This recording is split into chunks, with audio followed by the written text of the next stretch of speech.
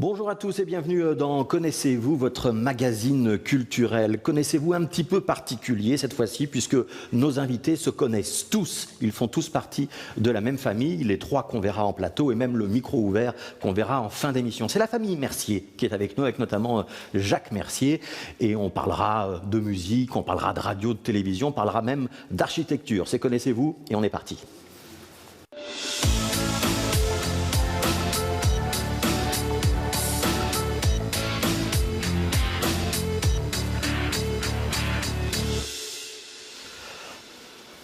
Bonjour Jacques Mercier. Bonjour. Je me mets ici à gauche, oui. Oui, c'est bien. Devant le petit dossier. Devant le dossier, voilà, comme ça. Parfait. Comme ça, c'est la place sur laquelle les caméras sont bien réglées. Comment est-ce qu'on vous présente, Jacques ? Il faut Jacques ? regarder là, alors. Vous pouvez regarder où vous voulez, il y a des caméras partout ici. Oh, d'accord. Comment est-ce que je vous présente, Jacques ? Oh, moi j'aime encore bien cette formule, on ne le présente plus.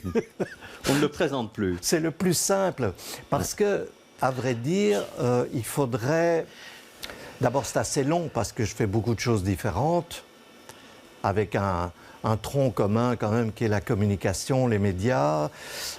Mais je me rends compte, avec l'âge, que certains connaissent les débuts, le milieu, la fin. C'est ça, au fond. Hein. Donc, c'est difficile à présenter. Vous êtes transgénérationnel. Un peu par la force des choses. Hein. Ouais. Mais il m'arrive, je ne sais pas, je me promène dans la campagne et alors je croise quelqu'un qui dit « C'est vous ?» Bon, je dis « Oui, c'est moi, mais quoi ?» « Ah, je vous écoutais dans les années 60 avec Stéphane Stéman. » Voilà, ça arrive. Et d'autres disent « Mais Monsieur Dictionnaire a peut-être une idée, etc. » Enfin voilà, c'est intéressant. Ouais. Monsieur Dictionnaire, La Semaine Infernale, oui. Le Jeu des Dictionnaires. Oui. Avant ça, il y a eu Dimanche Musique en radio. Oui. Et puis 60 livres, hein, c'est ça ? J'ai à peu près compté. Non, 59 pour être précis. Oui, on doit approcher des 60, tout doucement. Je suis occupé d'écrire le suivant, donc ça ne s'arrête plus. Ouais. 45 ans de carrière à la radio-télévision, c'est ça ? Oui, de 20 à 65, j'ai fait la carrière complète, oui. Ouais. C'était important, les médias, pour vous ? La télévision, la radio d'abord et la télé ensuite ? Alors oui, j'ai toujours eu envie d'écrire et j'ai toujours écrit, j'ai jamais arrêté, mais à un moment donné, il y a une sorte de pragmatisme. C'est difficile de vivre de sa plume. Donc je me suis dit, cherchons quelque chose qui se rapproche le plus de ça. Et j'ai trouvé la radio parce que la radio est quelque chose...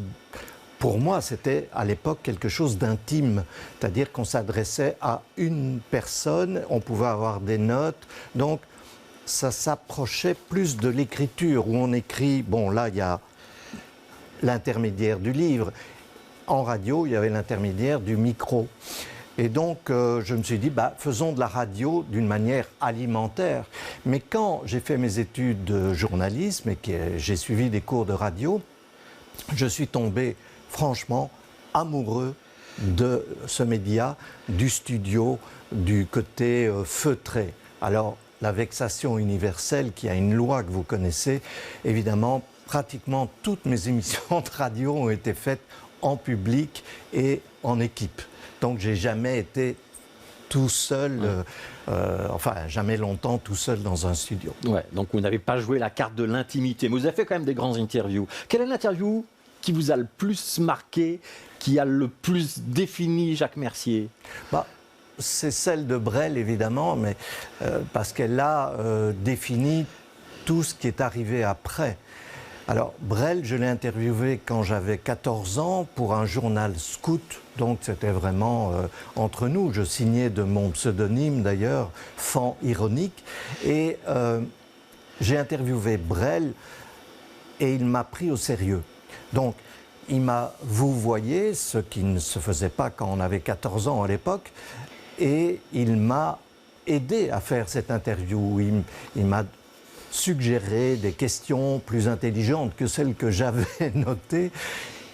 Et quand je l'ai quitté, quand j'ai terminé cette interview, je me suis dit, voilà mon métier, voilà ce que je vais faire.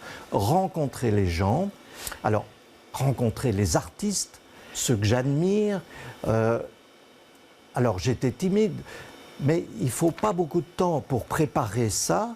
Dans un bureau, tout seul, on prépare les questions.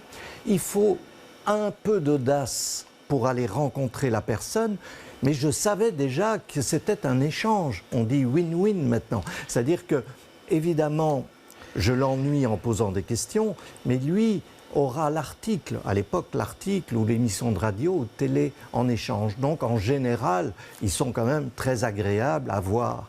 Et après, je rentrais à la maison, je tapais l'article aussi tout seul et ça paraissait dans le journal.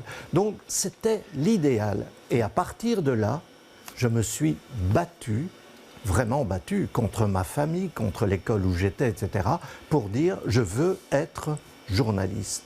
Et je le suis devenu grâce à Brel, que j'avais en tête toujours comme exemple. Ouais. Première rencontre Brel, il y en a une autre, vous avez raconté tout ça dans un livre qui s'appelle Mes drôles de vie, qui est paru il y a 2 ans ou maintenant. Autre rencontre évidemment avec Adamo, par exemple. Vous avez rencontré beaucoup de personnalités comme ça. Est-ce que vous diriez que vous avez eu de la chance? Oui, bien sûr, oui. Il faut compter sur la chance. Il faut provoquer la chance, c'est-à-dire qu'il faut rester ouvert à ce qui se passe, mais il faut de la chance, oui. Alors bon, la chance, je ne sais pas, avec Salvatore Adamo, je l'ai interviewé aussi pour ce journal scout, et puis on s'est retrouvés dans cette école de journalisme ensemble, ce qui a noué entre nous une amitié qui est toujours totale. Il m'a téléphoné il y a 2 jours pour expliquer ce qu'il faisait, etc.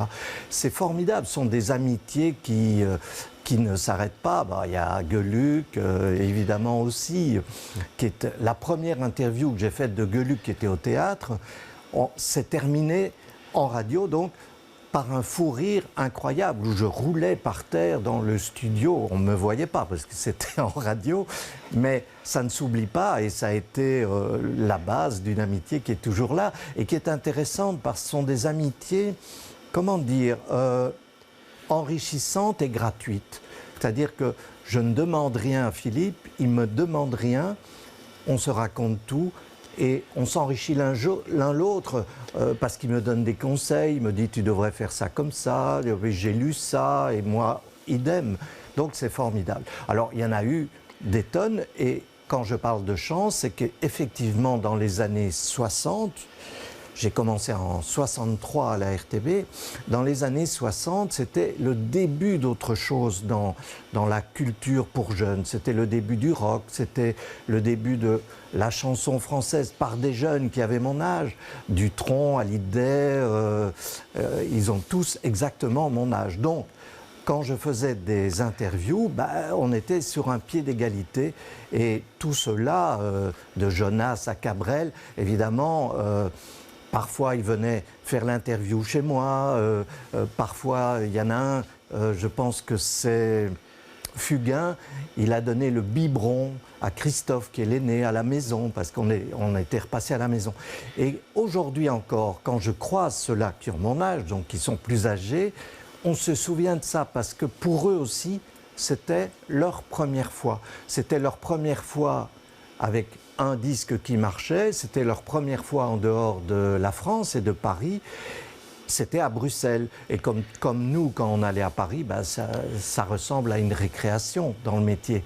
On est à l'aise, on va à l'hôtel, c'est formidable. Ouais. On parle de Paris, on parle de la France. Je voudrais que vous preniez le premier objet sur la pile que j'avais disposée sur la banquette. Ah oui. Expliquez-nous ce que c'est. La France des Belges. Ouais. C'est votre dernier livre? Oui, c'est mon dernier livre. Ouais. Alors, c'est une sorte de quoi? De dictionnaire, d'encyclopédie? C'est ça, je répertorie tous les Belges connus en France ou inconnus en France, mais qui font une carrière comme Belges. Donc, c'est au fond, nous sommes fiers d'être Belges et on a intérêt à le dire. Il ne faut pas le prendre comme un étendard, mais on connaît bien les Français qui sont quand même... Ils pensent, et en partie c'est vrai, que Paris est le centre du monde. Dans la culture francophone, c'est évidemment vrai. Mais on doit leur dire de temps en temps, vous savez, un tel finalement, c'est nous aussi. Oh, et puis c'est pour nous, c'est amusant de se dire, voilà, un tel a inventé ça, un tel a fait ça. Donc ce sont des petites anecdotes aussi autour de la biographie de chacun. Ouais, et donc ça parle des artistes, mais pas que des artistes. On parle des cuisiniers, on parle des inventeurs, on parle de chefs d'entreprise, etc. Absolument. On a parlé d'Adamo, on a parlé de Philippe Gueluc. Philippe Gueluc, il a fait une carrière en France auprès de Michel Drucker. Adamo, il a rayonné dans le monde entier. Est-ce que Jacques Mercier n'a pas ce regret-là et peut-être une pointe de jalousie de se dire qu'il n'est pas sorti des frontières de la Belgique? Non, alors pas du tout, évidemment. Ça ne met... Alors, le succès de mes amis, d'abord, le succès de mes amis me réjouit. Je n'ai jamais dit « Oh, c'est dommage, j'aimerais bien faire ça aussi ». Non, à partir du moment où je m'occupais plutôt du patrimoine, de la chanson belge, par exemple, de la musique belge, où j'ai fait des émissions en télé autour de ça, à partir du moment où je m'occupais de la langue française et de l'intérêt de la langue, elle n'est pas belge, mais de la langue française de Belgique, j'ai fait beaucoup de livres autour de ça, des jeux autour de ça, il est évident que ça ne pouvait pas rayonner ailleurs que chez nous. On ne peut pas traduire ce livre sur les belgicismes en taïwanais, ça n'a aucun intérêt. Donc je savais que ça... Si j'avais fait autre chose qui pouvait être exporté, si j'avais fait de la musique instrumentale, du jazz comme un de mes enfants, alors oui, bien sûr, je me serais dit, tiens, comment on fait pour être connu aux États-Unis? Mais là, non, ça me convenait. Quand même vos livres, Jacques. Vous me dites, moi je suis tout à fait satisfait de rester en Belgique. Mais quand on écrit, je pense que vous avez écrit 5 livres sur le chocolat. Oui. Ne me dites pas que les 5 livres sur le chocolat ne visent pas un petit peu le public français. Oui, mais ça a marché un peu en France. Les livres du chocolat, ce sont ceux qui sont le plus vendus. Mais ils étaient toujours plus ou moins tournés sur le chocolat belge est le meilleur du monde.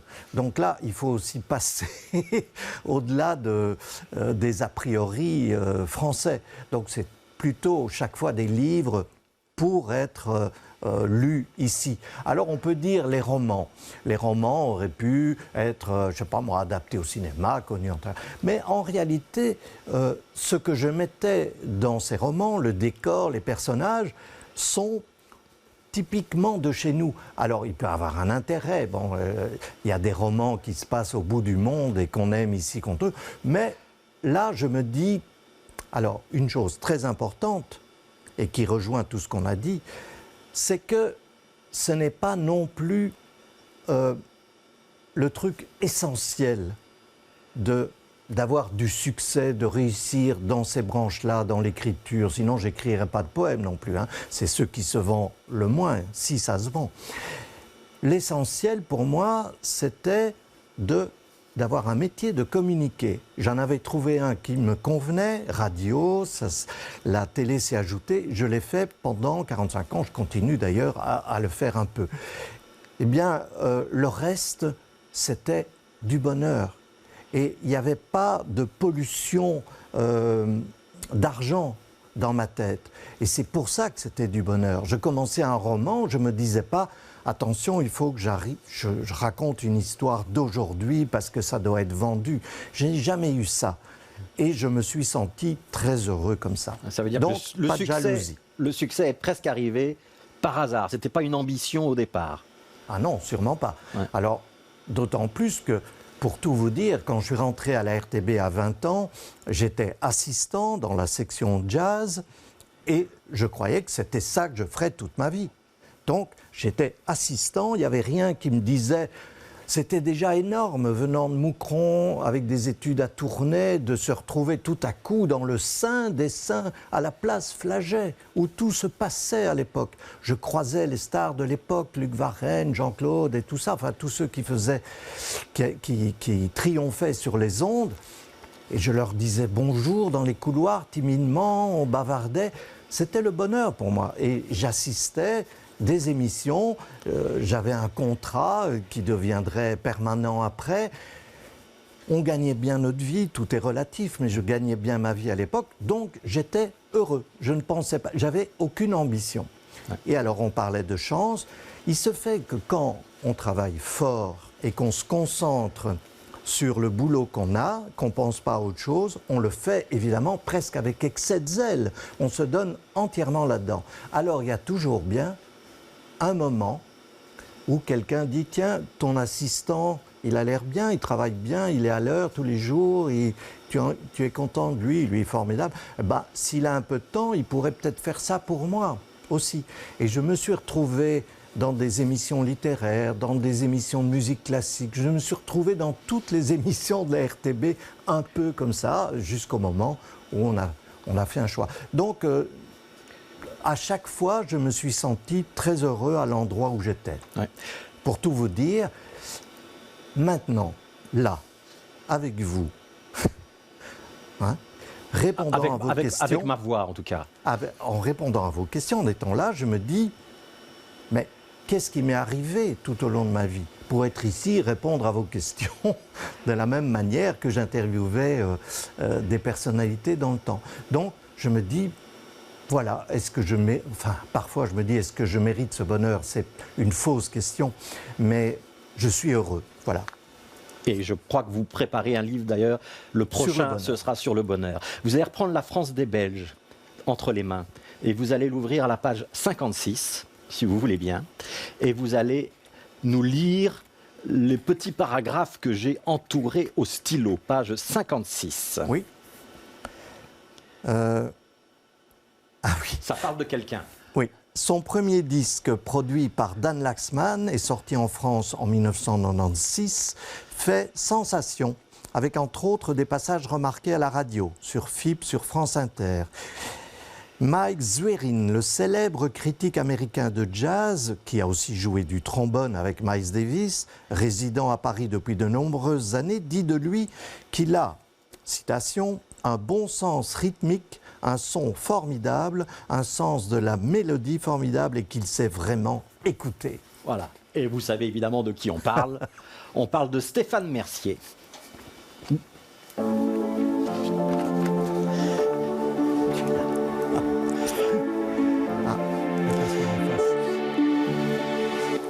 Alors c'est un concept un petit peu particulier parce que habituellement on demande aux invités s'ils se connaissent. Je ne peux pas demander à un père s'il connaît son fils et inversement, mais j'ai envie de demander à Stéphane. Vous avez entendu le début de l'interview. Qu'est-ce que vous auriez envie de dire à Jacques? Que j'ai entendu dans cette première partie d'interview énormément de points communs avec mon histoire. Et ça fait drôle, par exemple, je fais ce métier, donc je suis saxophoniste jazzman, mais tu m'as emmené dans des studios quand j'étais tout petit, et cette ambiance feutrée, je l'ai vécue, mais je l'ai vécue en plus avec la présence paternelle. Alors comme tu travaillais beaucoup, on te voyait, tu passais à la maison, tu t'enfermais dans ton bureau pour écrire comme tu adores écrire, ce qui est normal, comme moi maintenant je m'enferme avec mon saxophone. Et du coup, le parallèle continue parce que après, fatalement, je dois faire de la scène, donc je dois jouer en public, mais je préfère le studio. Oui, bah oui. Et le plus possible, j'essaie de me retrouver en studio et j'ai trouvé d'autres parallèles et vraiment, qu'est-ce que je voudrais dire d'autre? Mais je pense que déjà, on parle assez dans la vie. On ne se voit pas beaucoup, mais on communique beaucoup. Oui. Et donc on s'est dit je t'aime déjà, ça s'est arrivé alors que c'était pas notre habitude quand on était jeune, moi non, parce que tu viens pas ma génération. Hein. Voilà. Donc on a pris l'habitude. Et c'est une question, Fabrice? C'est important la famille pour vous deux? Fatalement, oui. De toute façon, la famille devrait être importante pour tout le monde, c'est la base de tout. Et c'est une référence hallucinante parce que dans une famille, on voit, en observant ses frères, ses sœurs, ses parents, on voit ce qu'on doit faire et puis aussi on observe ce qu'on ne doit pas faire. Ouais. Moi, j'aimais pas trop les réunions de famille et j'étais pas très famille finalement quand j'étais adolescent. Et quand est arrivé mai 68, je me suis dit bonne idée, on va abandonner tout ça, ça n'a pas d'importance et tout. Et j'ai été rattrapé par vous, par les enfants, Puis on dit, mais enfin, pourquoi on ne se voit pas? Pourquoi on ne fait pas des... Et on a fait ça, on a fait des grandes réunions de famille pendant une semaine dans des lieux.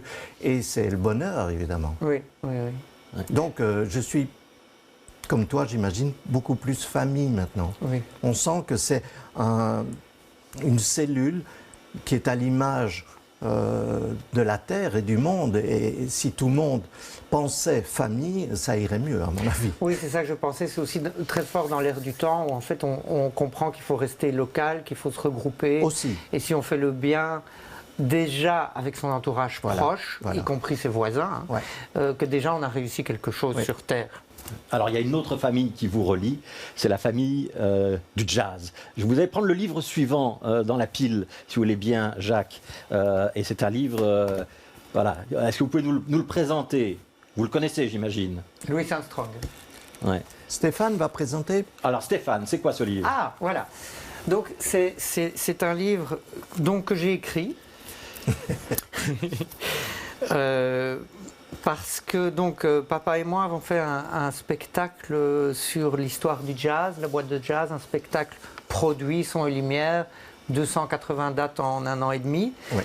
Et après ça, il y a... Donc j'avais fait le carcan, le synopsis du spectacle sans écrire vraiment le choix des artistes dont on parlait. Voilà, donc j'avais fait un travail assez conséquent là-dessus. Et il y a un monsieur qui est allé vers papa en disant il faudrait écrire un livre sur l'histoire du jazz. Il a dit mais moi c'est pas mon, tu as dit c'est pas mon truc, c'est celui de mon fils, c'est à lui qu'il faut demander ça. Et comme j'adore l'écriture, donc voulant plaire à mon père quand j'étais jeune, j'imagine, j'aimais bien l'écriture. Mais je me souviens de nouvelles que tu rapportais de l'école. J'ai écrit dès l'âge de 7 ans. Je me rappelle, j'écrivais mon premier petit roman. J'ai gardé, je crois. Voilà, donc j'ai hésité à faire ça. Pas que les tiens d'ailleurs, parce que tout le monde a écrit, mais enfin bon. Oui, oui, oui. J'ai hésité à être comédien aussi, acteur et musicien. Et donc là, on a l'histoire du jazz à travers des grandes figures du jazz qui sont expliquées. Et c'est pas... Bon, l'histoire du jazz, ça pourrait être 1000 pages, évidemment, mais c'est bien pour commencer ou pour se rafraîchir la mémoire. Et ce que j'aime bien dans ton livre, c'est qu'il y a effectivement des références à la fin. Si on veut écouter les disques de toutes ces personnes dont tu parles, tu donnes les meilleurs, les plus audibles, etc. Oui, puis ça s'appelle une autre histoire du jazz, parce que j'ai voulu donner mon point de vue et un parallèle politico-social aussi, donc ce que l'histoire a fait à la musique et inversement. Voilà, j'ai pris beaucoup de plaisir, je me levais comme toi, à 5 h du matin pour écrire. Voilà. On s'aperçoit en tout cas que le jazz, c'est une histoire de minorité agissante et qui devait sortir, enfin c'est très afro-américain. C'est l'histoire de l'esclavage, comment sortir de cet esclavage et arriver à s'épanouir dans la musique. Oui, puis on se rend compte ici que même en Europe, ça a été notre bande-son. Et ça l'est toujours actuellement à travers des musiques de films, etc. Le jazz, Stéphane, je vais vous poser une question. Quand est-ce que vous avez décidé ou senti que vous alliez devenir saxophoniste et que ça allait être votre profession? Donc je devais avoir 13 ans ou 14 ans. Bon, la musique était très familiale. À la maison, on avait un vieux piano qui appartenait à la famille depuis quelques générations, je pense. Et puis alors, on faisait tous de la musique. Notre maman nous amenait à l'académie, au cours d'hiver. J'ai fait partie de l'harmonie de Braine-l'Alleud aussi. J'ai déambulé dans les rues. J'ai commencé par la percussion.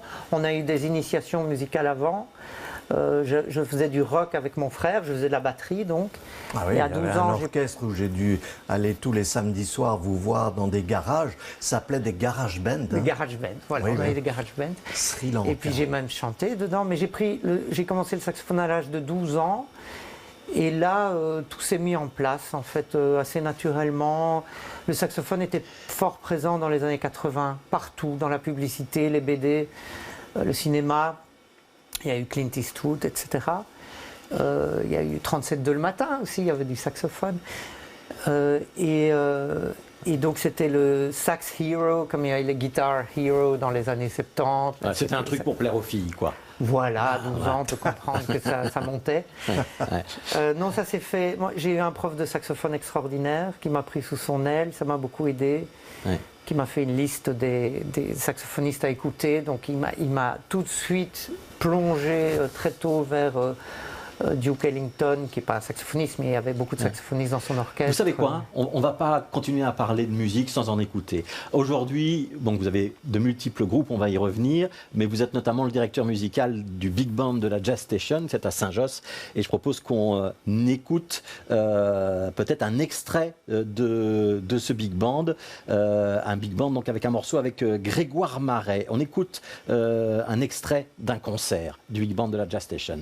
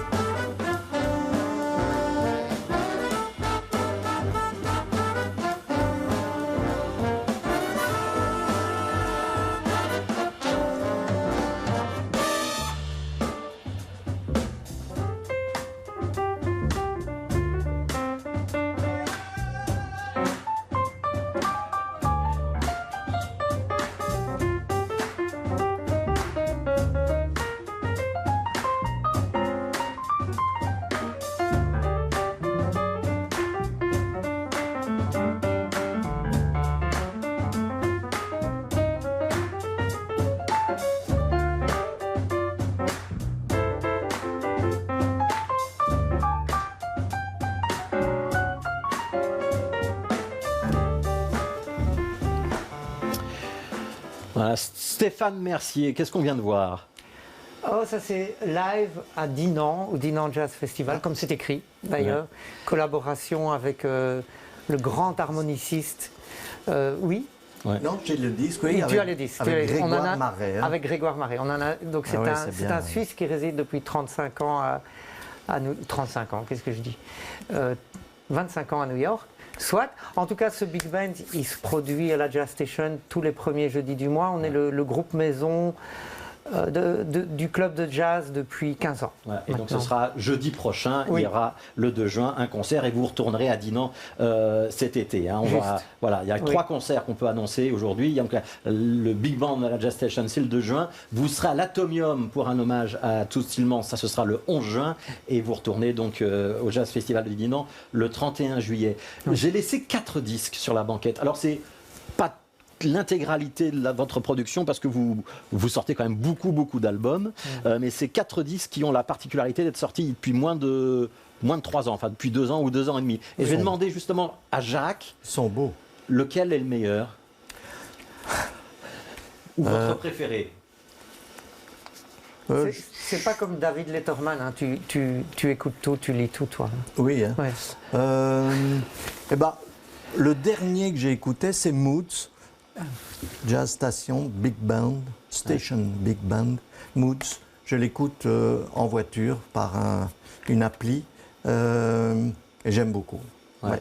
Alors on peut C'est parler du big band aussi, c'est du big band. C'est du aussi, big ouais. band, oui. Ouais. C'est le dernier album du Big Band. On peut en parler un instant, Stéphane. C'est un album où ce sont des compositions des musiciens du Big Band. Hein. S'il n'y a pas de reprise, Oui. le travail de compositeur, pour vous, il est intéressant aussi. Expliquez-nous quand même, directeur musical d'un Big Band, ça veut dire quoi? C'est chef d'orchestre, c'est nounou des musiciens, celui qui fixe les rendez-vous, c'est les deux à la fois? Oui, c'est un peu curateur parce que je dois donc décider de quel morceau on va jouer. Aussi, ça c'est mon histoire, ça a toujours été comme ça, comme je compose. Finalement, les gens se disent « Oh, ils composent, donc ils amènent moins de morceaux. » Alors je dois toujours insister pour que les autres écrivent. Écrivez. On profite de la Jazz Station comme d'un atelier d'écriture, comme on a la chance de pouvoir y jouer ce qu'on veut. Là aussi, je te rejoins, on ne fait pas ça pour l'argent, on fait ça par passion. Et donc du coup, non, nous, certainement pas. Ce qui est bien dans ce Big Band, c'est qu'on est tous des amis. Donc avec le temps, on a réussi à n'avoir que des amis dans le groupe sur 14. Et ça se passe vraiment très très doucement. En fait, j'ai l'impression de faire... le moins je fais, le mieux ça marche. En fait, le moins j'impose, le mieux ça marche. Au mieux ça marche. Ouais. Voilà. Alors, vous avez une grande palette. On va écouter un autre extrait. Donc, c'est un groupe qui est très différent. Ah oui. C'est B-Connection. Oui. Et là, on est à la frontière du hip-hop. On écoute, on en reparle après. Ouais.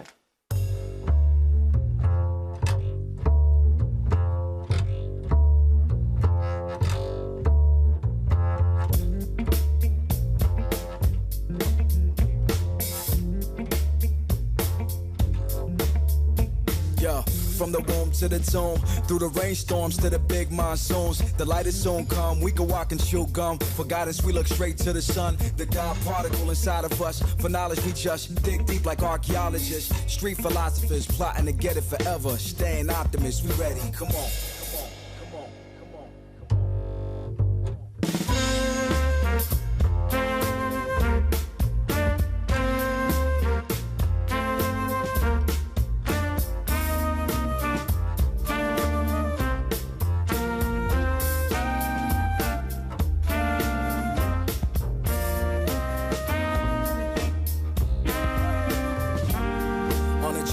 Unknown, traveling the road about to unfold, and despite of it all, still united we fall.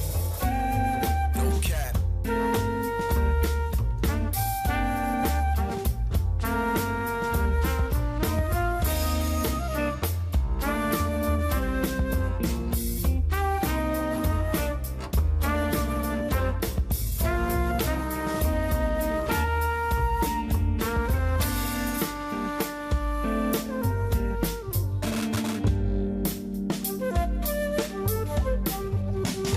Cyrano, back with no subliminals.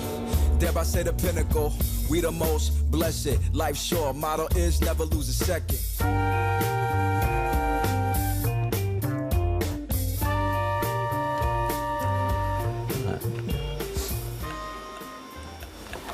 Jacques Mercier, est-ce que ça vous parle aussi, ça, cette musique-là?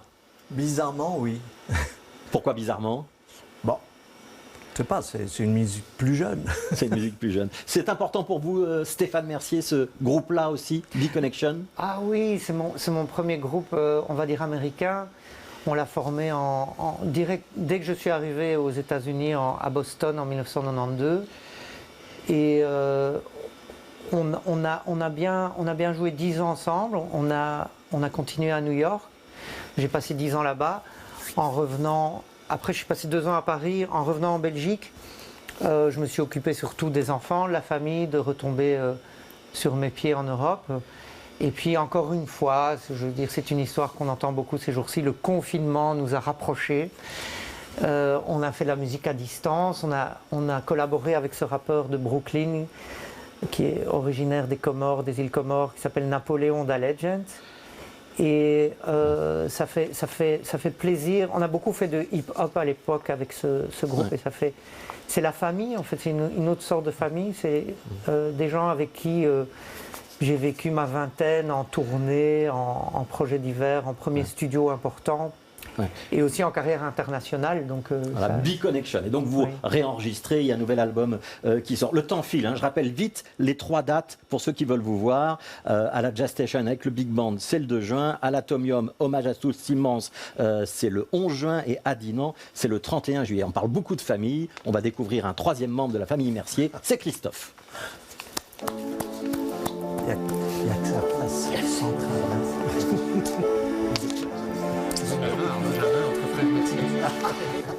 Christophe, est-ce que vous pouvez, je ne vais pas vous demander de vous présenter auprès de Jacques et Stéphane, vous êtes l'aîné, hein, mais est-ce que vous pouvez vous présenter auprès des téléspectateurs? Vous faites quoi dans la vie? Pas mal de choses.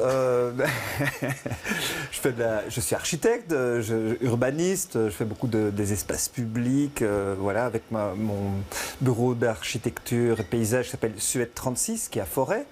On travaille en Wallonie, à Bruxelles, en Flandre. Et puis, je suis professeur. Maintenant à l'université de Liège depuis 3 mois. J'adore ça. J'ai enfin décidé de transmettre tout ce que j'avais appris. Pas mal, voilà. L'architecture, vous diriez que ça vous rapproche des 2 artistes qui sont à votre droite et à votre gauche, ou vous êtes dans un autre univers? Bah oui, enfin, je pense que tout peut se faire. Il y a des tas de choses qui peuvent se rapprocher de ce qu'on fait. Oui, ben d'abord, oui. J'ai un grand-père qui était architecte. Voilà, déjà. Dans les bureaux desquels, quand j'étais enfant, je me promenais et tout. J'imagine que ça a dû agir un peu. Gustave Fache. D'ailleurs, à un moment, j'ai une mission à Moucron je la préparais avec une collaboratrice. La police nous avait prêté ses vélos pour faire le tour, c'est incroyable, on était avec des vélos de policiers. Et à un moment, on arrive et tout d'un coup, je suis tombé devant une impasse, l'impasse Gustave Fache. Je ne savais même pas qu'il y avait une rue à son nom, et donc c'était assez touchant. Donc c'est votre arrière-grand-père. Il y a des gyrophares sur les vélos de policiers? Non, c'est pas une impasse, c'est une drève. Faire peur, c'est mieux, c'est une drève. Drève, et drève, c'est un mot belge, justement, dont on parlait tout à l'heure. Ça vient du flamand, drève. Ça n'existe pas en Flandre. Monsieur Dictionnaire est parmi nous. Christophe, je voudrais quand même qu'on parle un tout petit peu d'architecture avec vous. Votre bureau, Suède 36, il est plutôt spécialisé dans l'aménagement des espaces publics. On va voir des images. C'est à Saint-Josse, c'est une des grandes réalisations que vous avez faites. Quand on est architecte, qu'on se retrouve à devoir gérer ce genre de choses, c'est quoi l'idée, en fait? Expliquez-nous comment ça marche, un projet. C'était il y a 10 ans, ça déjà. Et c'était un projet provisoire. Et en fait, il y avait des travaux d'égout. Et on avait décidé à l'époque, avec la commune, de directement profiter des travaux d'égout pour piétonniser la chaussée de Louvain. Et donc, on a fait un projet qui était un peu rock'n'roll à l'époque. D'ailleurs, c'est des rappeurs là, qui s'étaient installés dans notre projet. Ça, c'est la police qui a défilé sur notre piétonnier avec des chevaux. Voilà. Et dès qu'on a commencé à faire ça, donc l'idée, c'était de faire une installation provisoire. On a utilisé la couleur jaune parce que c'était la couleur qu'on utilise pour les lignes provisoires sur le sol, et on a été chercher des voitures des carcasses de voitures, on les a peints en jaune, on a fait des choses, et c'était événementiel, et ça a suscité beaucoup de polémiques parce que je crois qu'à Bruxelles on est un peu réac par rapport à pas mal de choses, on a du mal à accepter le changement, on n'est pas aux États-Unis ici. Je crois que Stéphane peut en témoigner. J'ai reçu des messages en disant dites à votre fils que non, mais ça n'a pas été ça. En même temps, on a eu un prix à l'époque pour la réalisation. On était avec des designers, Atelier Blink, qui nous ont aidés. Oui, et donc il y avait plein de choses qui se passaient, des rappeurs qui ont tourné des clips. Il y a eu, là, il y avait une image où il y a des jeunes filles boliviennes qui avaient fait l'enterrement de vie de jeunes filles. Donc ça, c'était Walking Madou, c'était il y a une bonne dizaine d'années. Il y a 10 ans. Je vous propose qu'on voit d'autres images un peu plus récentes. On a sélectionné quelques photos, la porte de Ninove et à Anderlecht. Ça vient de se terminer, rue Hoyer, ça c'est la porte de Ninove. Voilà, ça c'est une réalisation vraiment intéressante. Là, c'est aussi rue Hoyer, ce sont des interventions qui sont importantes, et je pense de plus en plus le paysage reprend ses droits dans la ville et est important. On sait qu'il y a le réchauffement climatique, il y a aussi la destruction du vivant. On a vraiment besoin de reconnecter, je pense, à notre époque avec Voilà, il y a beaucoup de polémiques autour du Marais Wills, j'imagine qu'on en parle dans vos émissions. Il y a autour de Josaphat, et je prends de plus en plus position pour qu'on conserve toutes ces friches et pour qu'on n'arrête pas de remettre la biodiversité dans nos villes. C'est vraiment important. Il fait de plus en plus chaud. On a besoin, si on vit en ville et on est nombreux, de retrouver ces espaces pour se détendre, pour jouer. On a besoin des espaces ludiques, on a besoin de se reconnecter et de respirer, d'avoir aussi des espaces ouverts, comme à la Porte de Ninove. C'est un espace qui est ouvert, qui est mixte aussi, qui fonctionne avec des tas de publics différents. Ici, on voit, c'est des publics plus populaires qui se mélangent avec des gens plus aisés, plus bobos, comme on les appelle. Et c'est très important, je pense, d'avoir ces espaces-là, des espaces citoyens. Être architecte, c'est donc penser à tout ça et favoriser tout cela? C'est comme ça que vous voyez votre mission? Oui, être architecte, c'est penser à beaucoup de choses en même temps. C'est d'arriver à faire la synthèse un petit peu et de donner le projet le plus pertinent possible par rapport au contexte qu'on nous donne, qui est toujours différent. C'est toujours des prototypes aussi. C'est toujours fabriquer un prototype. On n'a pas des règles à suivre. Tac, tac, tac, 1 plus 2 égale 3. C'est pas comme ça que ça fonctionne. Donc c'est compliqué, c'est sensible. C'est un métier qui est à la fois très technique et très créatif. C'est pour ça que je l'adore et que je le pratique depuis si longtemps. Mais j'ai quand même besoin de la musique de temps en temps pour me relâcher parce que c'est stressant. On y reviendra dans la musique. Jacques, quand vous entendez Christophe, il a l'air engagé comme ça.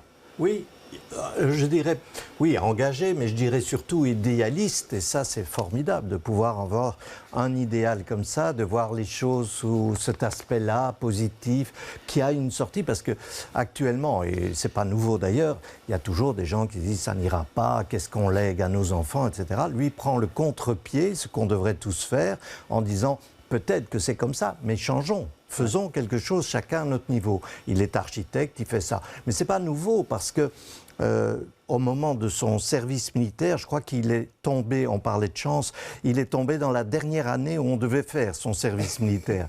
Donc il l'a refusé, il a fait, comment on appelait ça? Le service civil, la coopération. Oui, à la coopération. Donc il a été au Nicaragua, si j'ai bonne mémoire. J'ai vécu 2 ans à Managua, c'était les 2 années de ma vie. Comme architecte, comme futur architecte, alors c'est pas des buildings qu'il a construit, mais c'était déjà, je me souviens, un préau pour une école là-bas qui était en difficulté. Je me suis dit, bien celui-là, vraiment, s'il n'est pas idéaliste, je n'y connais rien. Jacques, vous allez prendre le livre suivant. Oui. Je voudrais que Christophe le présente. Vous l'avez écrit ensemble, si je ne me trompe pas. Oui. Alors oui, donc notre père a fait des livres avec tous ses enfants. J'ai fait quelques et ses beaux-enfants. Pas que des livres, avec Stéphane, c'était plutôt un spectacle. Voilà. Mais oui, effectivement, je tenais à... Enfin, je tiens, ça s'est présenté comme ça, à faire une création avec chacun au moins. Voilà, ici, je dis, on va faire quelque chose sur les espaces verts. Et c'est à l'époque le directeur des espaces verts, Serge Campeners, qui nous a donné cette idée de faire un livre sur les paysages citoyens. Alors, ce n'est pas des parcs spécialement, c'est plutôt des friches ou des endroits qui sont... il y a aussi des parcs dedans. Enfin, oui, on a pris ça vraiment au sens très large, mais le fil rouge, c'était qu'il y a vraiment les citoyens qui ont repris possession de l'endroit. Donc, ça veut dire qu'on a... ici, on a le Tour et Taxi, où il y a ce très beau projet Parc Farm qui fonctionne très, très bien. On a pris le Marais Wills, qui est là, aussi ou Josaphat, qui sont des friches qui sont utilisées non seulement pour des potagers, mais pour des tas d'autres choses. Parfois, ça devient des petits centres culturels, ça devient des endroits où il se passe vraiment des choses intéressantes. Mais il y avait aussi des parcs qui étaient tout à fait organisés, comme certains que nous, on avait fait. Par exemple, le parc Marconi à Forêt, qui était un parc où vraiment on a fait de la participation, où les gens nous avaient demandé de prévoir des endroits pour faire des fêtes de quartier. On les a prévus avec des tables, etc. Et ça s'est mis à fonctionner. Les guinguettes, qui ont vraiment fait revivre les parcs en devenant des petits centres culturels alternatifs, complètement privés, qui font du bio, qui font des petits concerts, qui recréent de la vie dans la ville. Et donc, ce qu'il faudrait faire maintenant, c'est dans un parc dessiné par Suède 36 et Christophe Mercier, un concert avec notamment Stéphane qui serait présenté par Jacques. C'est ça le projet. On a déjà fait, non? Ça, vous l'avez déjà fait. Dans des parcs. Vous l'avez déjà fait. Je voudrais quand même qu'on cite 2 autres personnes. D'abord, la maman, Christine, qui est la première compagne importante dans la vie de Jacques. Puis il y a eu Myriam ensuite. Et puis, je voudrais qu'on parle d'une sœur, parce que là, il y a des hommes sur ce plateau, mais il y a une sœur, Jacques, votre fille. Ben oui, alors elle a un parcours un peu différent. Elle a été très longtemps, comment on appelle ça, institutrice frébellienne, maternelle, etc. Et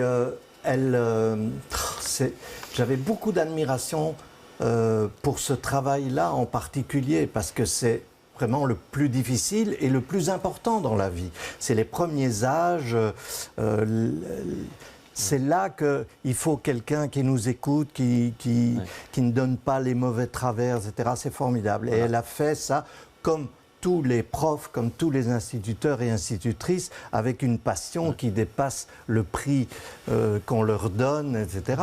Après, elle a été conseillère conjugale, si je ne me trompe pas, et maintenant elle s'occupe plutôt des seniors. C'est-à-dire qu'elle avance dans l'âge de la vie. Oui. Ouais. Et maintenant, oui. Alors, elle s'occupe de, comment on appelle ça, conseillère conjugale maintenant. Oui, c'est ça. Et puis maintenant, elle s'occupe d'un site. Un site qui s'appelle Senior Life, oui. Alors, où là, je suis plus proche, finalement. Oui. Je voudrais poser une question à Christophe et à Stéphane. Si je leur dis Sri Lanka. Sri Lanka, j'en ai un peu parlé tout à l'heure. C'était notre garage band. C'était le nom de votre groupe. Parce que Christophe...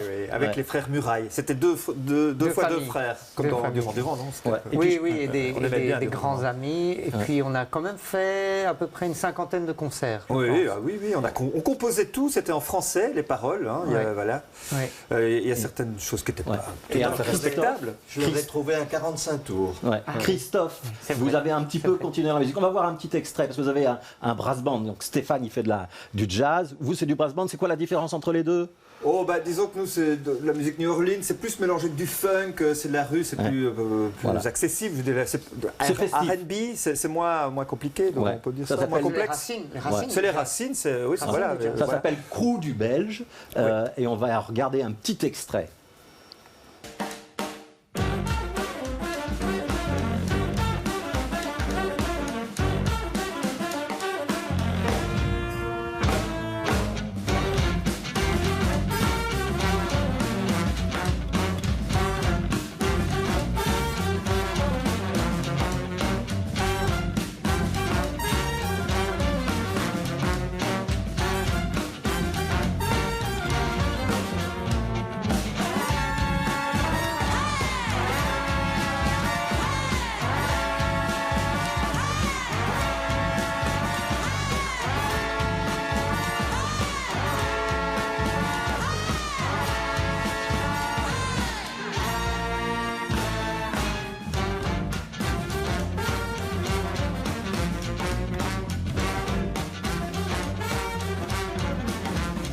Voilà.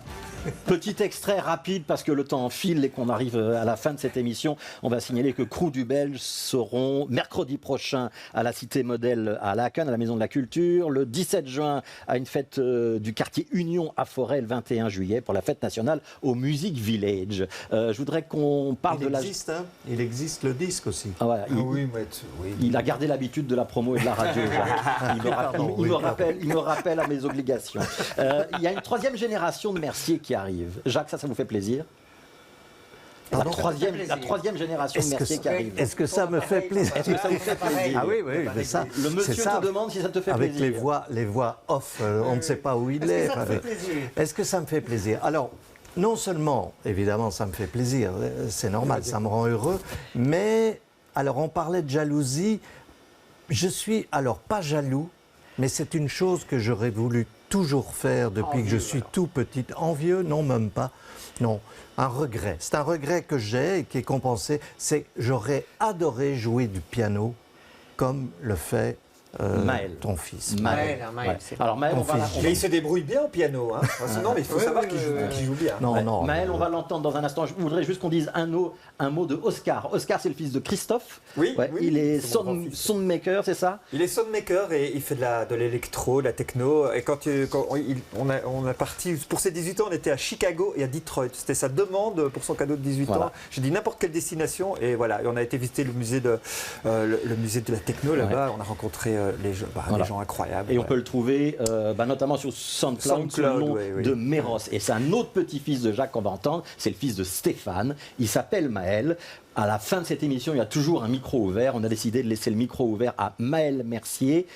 Et on ne peut pas donner le titre du morceau parce qu'il va improviser, une improvisation pour Jacques. Maël Mercier. Merci à tous les trois. Mais merci. Merci Fabrice.